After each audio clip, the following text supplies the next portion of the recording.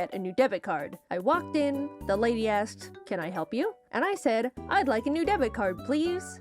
Her face scrunched a bit, and then she replied, "Let me see what I can do. Would you take a seat for a moment?" I sat in the lobby chair for 30 minutes, assuming that she was doing everything in her power to get me a new debit card. And when the lady should not take this long. Finally came back, she simply said, "No, we don't do that." But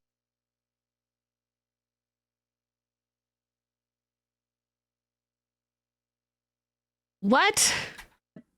You're the bank. For the longest time, I've been tossing around this little thought. I don't know if it's just me, but it kind of feels like the world around us doesn't quite work anymore. I'm gonna say really quick before we start, I have experienced customer service where one person doesn't know how to do something and it turns out another person has, but they kind of like, instead of telling you they don't know how to do something, they kind of throw you for a loop for a while, and then they're at the end, they're just like, "Oh, we can't actually do that." And then I call again, I get a new person, and they're like, "Okay, and they're like, "Oh yeah, we could do that," and they do it easily. And that has happened to me multiple times. No, yeah, like, has it happened to you guys? It has happened to me. Compared to, say, a decade ago, it seems like everything Ask for a coworker or something. less efficient, and dare I say, stupid. Anytime I go out to get something done, I come back 3 hours later with nothing accomplished and a fresh desire to punch a wall. I've tried to gaslight myself out of it. Maybe I'm overreacting here. Humans have always been flawed creatures, so of course it's doomed to bleed into the construction of our society. But I just keep thinking back to those 30 useless minutes in that bank chair, and I simply don't believe it. You're not gonna convince me that a bank has always been incapable of giving people new debit cards. Yeah, and no, also that it took 30 minutes to tell me. Something Yep. has changed. It really dawned on me when I watched the Always That's time she'll never get back. Sunny in Philadelphia episode Dennis Takes a Mental Health Day, where Dennis tries to have a normal, relaxing day, but is faced with inconveniences at every corner that spike his blood pressure. Highly recommend watching. The whole show is phenomenal, but that specific episode was so real and truly made me process things are getting less efficient. And it's not just in my head. First of all, No, like it's the not. episode addressed, everything needs a goddamn app now. The thermostat, air filter, I'm so tired of it. Netflix. light bulbs. I bought the cats a new automated litter box, and guess who now has a litter box app on her phone to get it to even turn on? I'm sick of the stupid apps. They don't make life easier no matter how many times these products try to convince me they do. The UI is always clunky and confusing. Nothing is optimized. Companies act like you can part the Red Sea with their apps, when more often than not, I'm stuck trying to connect it to the device in the first place. When was the last time you bought a new anything and had it completely set up and working within 5 minutes of I order the man with the appliance. I do. Amazon has this thing. It doesn't say order man. It doesn't say that. It says like order setup. And I'm just like, that's man right there. I'm going to order the man, and the man's going to come with the setup. Come and do the setup. It's true. I've had it done. I've ordered man. Have you ordered man? Oh yeah. Man come. Man set up. Go for it. unboxing it. At this point, if my Wi-Fi goes out, every electronic in my house becomes a useless block of metal because none of it works on its own anymore. Hi, Everything Midnight. needs Wi-Fi, an app, an account linked to my email, a subscription service, and on top of it all, they sell all the information I hand over against my will to random other companies so they can send me stupid junk mail. Also, when did unchecking the sign me up for online newsletters and discounts just not work anymore? Every single time I buy something online, I make sure to not sign up for the website's stupid email notifications. Oh And yeah, what do I make sure too. I've gotten used to it. Guys, I know I keep pausing, but yesterday Hades was telling me all about this. Hades had a bad day. my mod Hades had a bad day where he had like to do a bunch of stuff involving his car, and I was like, how do you not crash out? I'm very blessed that I'm a VTuber, and that's how I support myself, and I don't even have a car. I don't have a driver's license, so I don't have to deal with this kind of stuff. But like, you keep pausing, love your voice, thank you. I don't know how people don't crash out. I would literally need to go to the bathroom and like have a good scream. Like, because like when I say crash out, like I'm a very polite person. I'm not going to crash out to the person I'm talking to if I'm having a bad day. I'm going to go to the bathroom and I am going to, hopefully if no one's in there, scream and just curse a bunch of profanities, and then everything's fine. Fresh in my inbox when I wake up the next morning? Check out this month's wacky deals. Da, da, da, da, da, da. Hi, NG baby. I know you've been here. Can I get a shout out for NG? One day, it just straight up refused to play music. After troubleshooting for 5 minutes, God. It turned out I needed to download a software update. A software update? Even though the music worked perfectly normal before the update. Sure, fine, the future's now. But for some reason, the car couldn't find or connect to the Wi-Fi. So because of that, I get to experience LA traffic in pure silence. I spent thousands of dollars on a car just for it to randomly not be able to perform a task cars have been able to do for the past 70 years. I do like electric cars. They're better for the environment, and it's great not having to go to the gas station. But let's not pretend the car has to be a computer. Updating a goddamn car? One of those modern tech it's cars ridiculous. That made the innovative choice to remove all the physical buttons and knobs and put every single basic feature into the car's giant touchscreen. Before getting it, I didn't think that would affect my experience too much. I thought, well, when I drive, I normally don't fiddle with the buttons all the time anyway, but now I have to deal with things like not being able to manually open the glove compartment because it has no latch. I have to speak into the car microphone, open glove compartment, and every single time it opens the charging port. Didn't think about that one before buying. Also, when I do need to do something while driving, it feels way more unsafe than I initially— I have never heard of updating a dang car. What the freaking hell? That would drive me insane. And the fact that it just randomly like broke on her, guys, I already stress out whenever my OBS decides to mess up something for literally no reason, which you guys know happens. That happens to me all the time, where it just like, I start stream up and I'm like, okay, hi everyone. And then OBS just F's up and I'm like, okay, even though I made no changes, cool. But to update a freaking car? Guys, I don't know if I'm ever gonna get a car. Eventually I will. Eventually.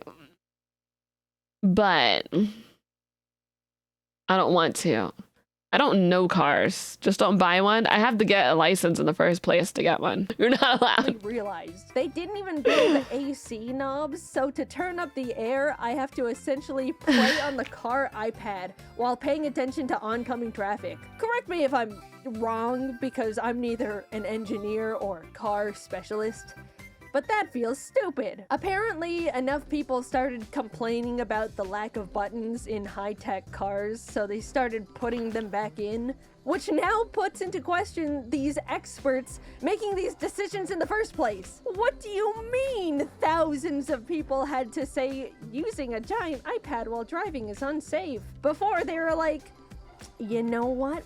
These people might be onto something. Manufacturers sometimes. I bought the car, I accidentally stepped on glass and needed to go to urgent care. So Jacob and I hopped in, and as we started driving down the neighborhood, the screen got covered with software update required. Thinking it was a simple fix, Jacob pulled off to the side of the road and clicked download, to which the car completely locked and became undrivable until it finished the download. There's no way this is a thing. This is a thing? Someone's going to die because of this.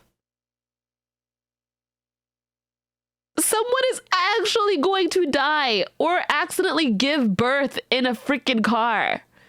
There's gonna be births, more births in cars, dude. Which was 45 minutes. I ended up having to Mostly call an Tesla? Uber to go to urgent care, despite owning a fully functioning car. Lesson learned, I suppose. They got me again. Also, I don't know how a car can download a software update on the side of the road and not in my own goddamn garage. It all just feels so dumb. Nothing feels like it's checked to make sure the customer has a half-decent user experience anymore, because companies think slapping an app together makes something high-tech enough to get away with slop. And on top of it all, everything is a subscription service. Why can't I simply buy my stupid computer car and have it come with the tech that's already built into it? This is a Black Mirror episode, guys. Subscribe to enable auto steering. For a while, companies were thinking about turning the seat warmers into a subscription. The heating coil is already in the car that I bought. Just leave us alone. Imagine pitching to someone 15 years ago, "Oh yeah, the car you bought? Yeah, it's all yours. But you have to pay money every month to use the windshield wipers." It's become so common for us to buy products and not even actually own them, and you need to pay money every month to keep using them. And they're bad. Businesses have And they don't even work. Adobe moment. Oh my gosh. Nothing will make me more enraged than you guys know I used to video edit before I got my darling NG, my BB. And my other editor as well, Harlequin. Nothing makes me more mad than whenever they updated the goddamn caption system. Captions used to be so easy, and then they updated the caption system, and I tried to do a captions for a video, which auto captioned and translated automatically, and it started talking about China, and the video had nothing to do with China, and I was like, it was like talking about like the history of China or something in the captions, and I was like, bro, what the always prioritize profit. That's never changed. I'm not upset about that. But at least in the past, they had to, in good faith, offer something that actually did the shit it was advertised to do. Now they just go, "Oh damn, we can give less and charge more? Hell yeah, brother, lock the cold out the fridges." The other day, I wanted to get a new router for my office. Jacob and I headed over to our internet provider store, and I said, "Hello, can I buy a router?" "Oh, we don't actually sell routers here. You need to go online and ask customer service to send you one." Good ship! As I was processing this, Jacob decided they wanted to get a phone upgrade. "Excuse me, could I actually buy this phone?" Yeah, we don't have those in stock here. You can buy it, but it'll have to be shipped to your house." Fun fact, Gold Ship is my go-to VR chat model whenever I do parties. I don't know why I always choose her, and then I do backflips and like pass out all the time. We went to the internet and phone store and left with no internet and no phone. What are the employees being paid to do at that point? What's the point in any of it? I get that a lot of shopping has shifted to online, but I really, really miss simply having the option to go to the store. They're becoming empty husks with a logo on top. Like a Blockbuster or something? But I need to ask customer service to buy a router? Just let me exchange my money for the item that you very obviously sell. Anytime I'm told I need to contact customer service, I consider it a lost battle. Nothing exists in this world that is worth descending the trenches that is a customer service phone call. Companies have put it together that if they make everything inconvenient and frustrating, set up enough cryptic hoops to make people jump through, waste as much time as possible, people will just give up. I don't. Dude, I'm stubborn as hell. They tried me, especially when they tried to steal the freaking thingy from me.